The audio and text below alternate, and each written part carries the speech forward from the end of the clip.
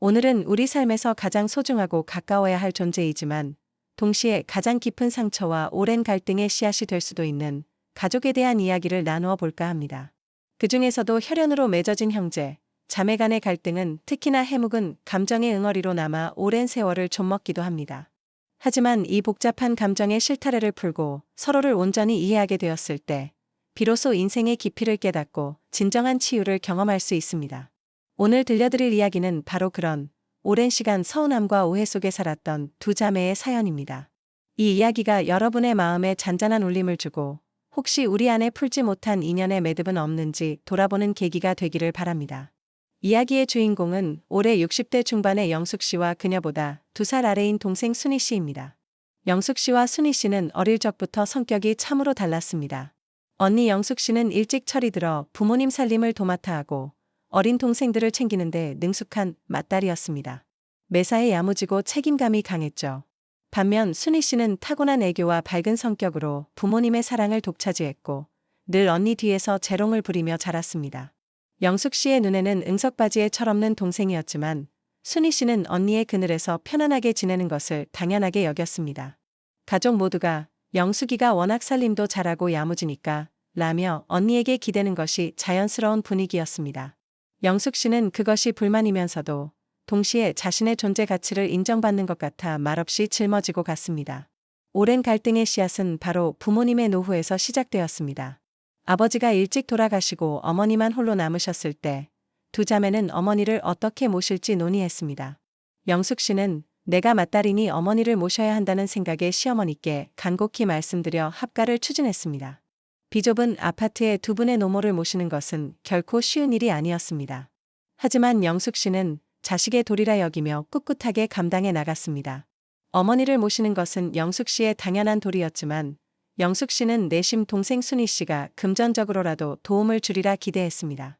순희 씨는 넉넉지 않은 살림에도 불구하고 애교와 살가운 말 한마디로 어머니의 사랑을 받으며 언니가 고생한다는 말만 되풀이했습니다.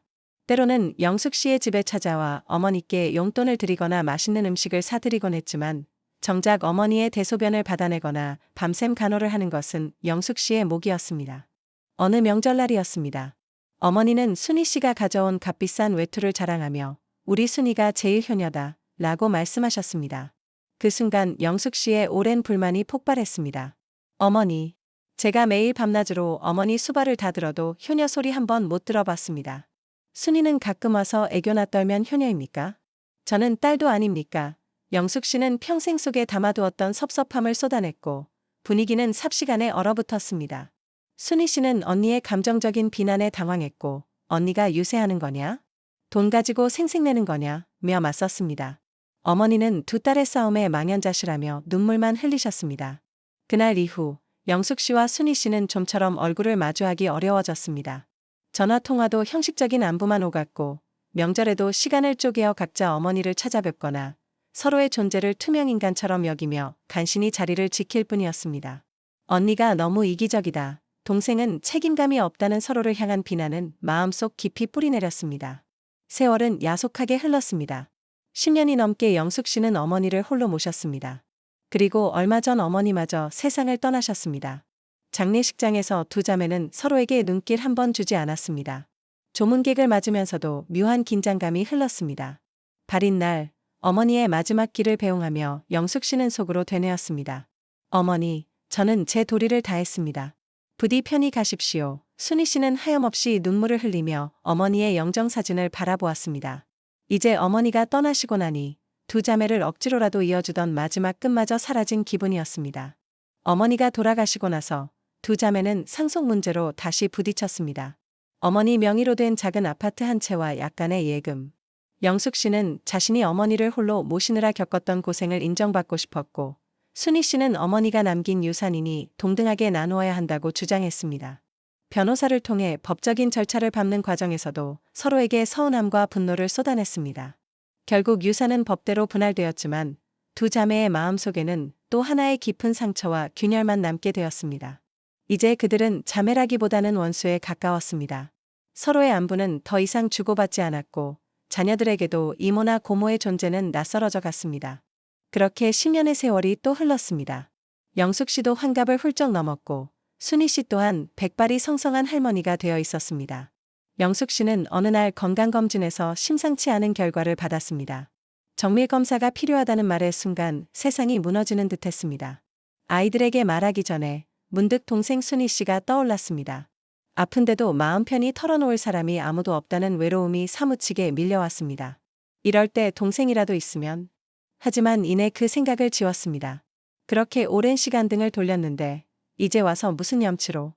순희 씨도 마찬가지였습니다. 남편이 얼마 전 갑작스럽게 쓰러져 병원에 입원했습니다. 평생 의지해왔던 남편의 빈자리는 너무나 컸습니다. 아이들은 모두 멀리 떨어져 있었고 홀로 병원을 오가며 지친 순희 씨의 마음에 가장 먼저 떠오른 사람은 다름 아닌 언니 영숙 씨였습니다. 어린 시절부터 모든 것을 책임져 주던 든든한 언니. 만약 언니가 옆에 있다면 얼마나 의지가 될까 하는 생각이 들었지만 그녀 또한 먼저 손을 내밀 용기가 없었습니다. 너무나 오랫동안 쌓인 벽은 이제 감히 넘볼 수 없는 거대한 산이 되어버린 것 같았습니다. 이때 뜻밖의 만남이 주선되었습니다. 두 자매의 어머니가 생전에 가장 아꼈던 이모였습니다. 이모는 이제 고령의 나이였지만 조카들의 불화에 늘 마음 아파하고 있었습니다. 이모는 영숙 씨와 순희 씨를 각각 따로 불러앉혀 이야기했습니다. 너희 어머니가 돌아가시기 전에 늘 두 딸 걱정만 하셨다. 죽어서도 눈 감지 못할 것 같다고 하셨다. 아무리 그래도 피는 물보다 진한 법인데 이렇게 평생 원수처럼 살 것이냐. 이모의 꾸짖음에 두 자매는 차마 고개를 들지 못했습니다. 이모는 계속해서 말했습니다. 두 사람 모두 자신의 입장에서만 생각하지 않았느냐. 언니는 언니대로 희생했다고 생각하고 동생은 동생대로 자신의 사랑 방식을 이해해주지 않는다고 생각했을 것이다. 세상에 완벽한 희생도 완벽한 사랑도 없단다. 그저 서로 다르게 표현했을 뿐이지. 그 말은 영숙 씨의 마음에 큰 울림을 주었습니다. 나는 과연 어머니를 모시면서 아무런 불평도 하지 않았던가? 내가 그렇게 희생적이었다면 왜 그렇게 억울해했을까? 그녀는 자신이 겪은 고통만큼이나 동생 순이도 자신만의 어려움 속에서 살아왔을 것이라는 생각을 미처 하지 못했음을 깨달았습니다. 순희 씨 또한 언니의 그 큰 희생을 내가 너무 쉽게 생각했던 것은 아닐까? 나의 애교와 말 한마디가 언니의 고생을 충분히 위로하지 못했을 수도 있겠구나. 뒤늦게 깨달은 자신의 오만함과 무심함에 눈물이 흘렀습니다. 이모의 중재로 두 자매는 오랜만에 한식탁에 마주 앉았습니다. 처음에는 어색하고 침묵만이 흘렀습니다. 하지만 이모가 먼저 어머니의 어린 시절 이야기를 꺼내면서 분위기가 조금씩 누그러졌습니다. 어머니의 즐거웠던 기억, 힘들었던 기억들을 함께 나누며 그들은 비로소 어머니의 삶이라는 공동의 기억 속에서 서로를 바라볼 수 있게 되었습니다. 영숙 씨가 먼저 어렵게 입을 열었습니다. 순이야, 그때 내가 너무 감정적으로 행동했어. 네가 잘못한 것도 아닌데 내가 힘들다는 것을 너에게 화풀이했던 것 같다. 미안해. 그 한마디에 순희 씨의 눈에서는 뜨거운 눈물이 쏟아져 내렸습니다. 언니가 얼마나 힘들었을지 내가 그때는 미처 몰랐어. 늘 언니만 희생한다고 생각하고 나는 내가 언니에게 큰 잘못을 했다고만 생각했어. 연니한테 너무 미안했어. 그들은 서로에게 그동안 속에 묻어두었던 감정들을 털어놓았습니다. 오랫동안 쌓였던 오해와 서운함은 서로의 눈물을 통해 조금씩 녹아내렸습니다. 두 자매는 각자의 자리에서 서로를 이해하고 용서하는 과정을 통해 잃었던 자매애를 되찾을 수 있었습니다. 이모는 말했습니다. 인생은 완벽한 그림이 아니란다. 모나고 부족한 부분들이 서로를 채워주는 것이 가족이란다. 이젠 서로의 어깨를 보듬고 남은 삶을 함께 걸어가렴. 이제 그들은 아팠던 과거를 완전히 잊을 수는 없지만 그 상처 위로 단단하고 새로운 관계를 쌓아 올릴 수 있었습니다. 영숙 씨는 순희 씨의 남편 병문안을 함께 갔고 순희 씨는 영숙 씨의 건강검진 결과를 함께 기다려 주었습니다. 곁에 기댈 사람이 있다는 것만으로도 그들의 삶은 다시 따뜻해지기 시작했습니다. 영숙 씨와 순희 씨의 이야기는 우리에게 깊은 깨달음을 줍니다.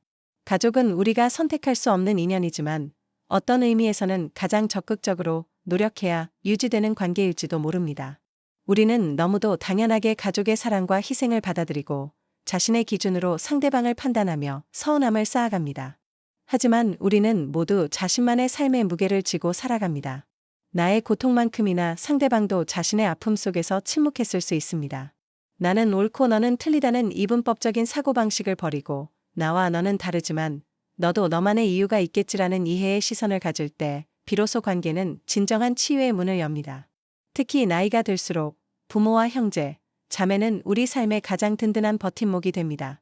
젊은 날의 갈등과 오해를 해결하지 않고 방치한다면 남은 여생을 후회와 외로움 속에서 보내게 될 수도 있습니다. 만약 지금 여러분의 마음속에도 풀지 못한 가족 갈등의 실타래가 있다면 용기를 내어 보십시오. 먼저 손을 내미는 것이 결코 지는 것이 아닙니다. 오히려 관계의 평화를 위해 노력하는 가장 지혜로운 첫걸음이 될 것입니다.